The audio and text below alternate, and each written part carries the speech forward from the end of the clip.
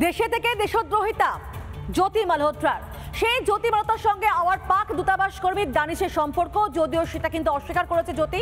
তাদের মধ্যে একেবারে অ্যাপের মাধ্যমে কথাবার্তা চলতো, কিন্তু রহস্যজনকভাবে সমস্ত চ্যাট কিন্তু ডিলিট করে দিয়েছে জ্যোতি। এবার সেই চ্যাটগুলোকে পুনরুদ্ধার করার একমাত্র উদ্দেশ্য তদন্তকারী আধিকারিকদের, একই সঙ্গে কিন্তু সেগুলো থেকে তারা একাধিক দিশা পাবেন বলে মনে করা হচ্ছে। তবে এখানে সবচেয়ে বড় একটা প্রশ্ন, এই পাক গুপ্তচর জ্যোতি মালহোত্রার চোখ দিয়ে কি তাহলে সমস্ত রকম ভারতে খবর পেত আইএসআই?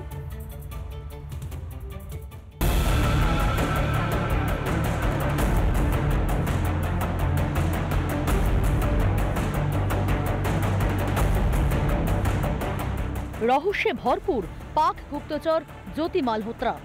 জ্যোতির পেটের কথা জানতে ম্যারাথন জেরা করছে ন্যাশনাল ইনভেস্টিগেশন এজেন্সি। সূত্রের খবর, জেরা পর্বে 3টি বড় তথ্য জানতে পেরেছে এনআইএ। তদন্তকারীরা জানতে পেরেছেন আইএসআই এর হয়ে কাজ করত জ্যোতি। আইএসআই এর ডিজিটাল এজেন্ট হয়ে গিয়েছিল সে। ডায়েরিতে গোপন তথ্য লিখে রাখত গুপ্তচর জ্যোতি।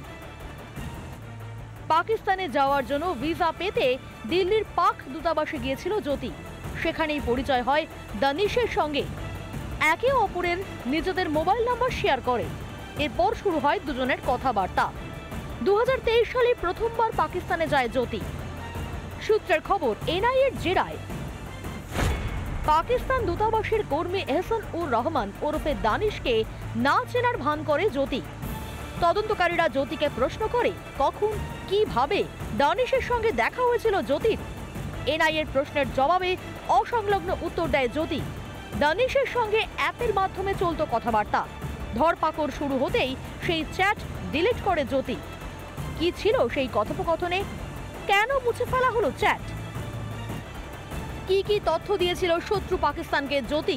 আইএসআই এর কোন কোন টাস্ক পূরণ করেছিল এই পাক গুপ্তচর? প্রশ্ন অনেক, যার জবাব পেতে মরিয়া এজেন্সির আধিকারিকেরা। রিপাবলিক বাংলা।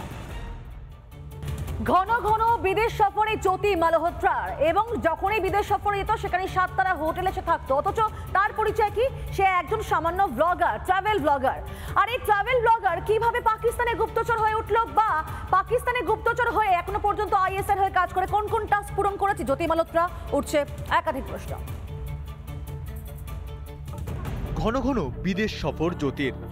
বিদেশ মানেই 7 স্টার হোটেল। এ যেন রূপকথার জগৎ।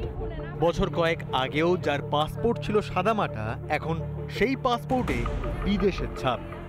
কখনো দুবাই তো কখনো ইন্দোনেশিয়া। আর হ্যাঁ, পাকিস্তান। হরিয়ানার জ্যোতি মালহোত্রা, যার পরিচয় এখন দেশের শত্রু। আইএসআইয়ের সঙ্গে যোগসাজশ বাড়তেই বদলে যায় জ্যোতির জীবন। বিমানে বিজনেস ক্লাসে সফর, সুটকেস খুললেই ঝলমলে ডিজাইনার পোশাক। প্রশ্ন একটাই, এই টাকার উৎস কি? সামান্য একজন ইউটিউবারের কাছে এত টাকা কিভাবে আসে? তদন্তকারীদের অনুমান, পাকিস্তানি গোয়েন্দা সংস্থা আইএসআই এর মারফত নিয়মিত আসত অর্থ। সূত্রের খবর, আইএসআই এর হয়ে কাজ করত এই জ্যোতি। তদন্তকারীদের ভাবাচ্ছে একাধিক প্রশ্ন। কোথা থেকে আসতো তার বিদেশ ভ্রমণের টাকা? কার কথায় কেন প্রথমবার পাকিস্তানে যায় জ্যোতি? 2024-এ কেন ভিসার মেয়াদ বাড়ায় জ্যোতি? ভিডিও কন্টেন্ট তৈরি, ভিসা তৈরিতে কারা সাহায্য করত জ্যোতিকে? সূত্রের খবর, জ্যোতির থেকে এসব তথ্য জানতে চান তদন্তকারীরা।